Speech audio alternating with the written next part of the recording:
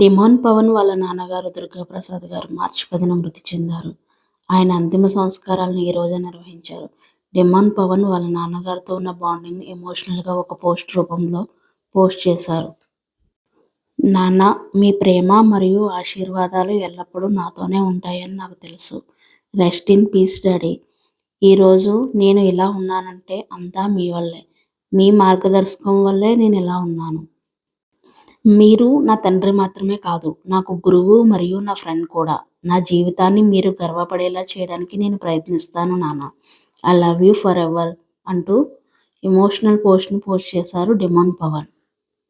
డిమాన్ father క్యాన్సర్తో బాధపడుతున్నారు. ఆయన ట్రీట్మెంట్ కోసం బిగ్ బాస్లో సూట్ కేస్ తీసుకుని బయటకు వచ్చేశాడు. ఆ డబ్బులు మా నాన్నగారి ట్రీట్మెంట్కైనా యూజ్ అవుతాయని చెప్పాడు అప్పుడు ఫైనల్లో.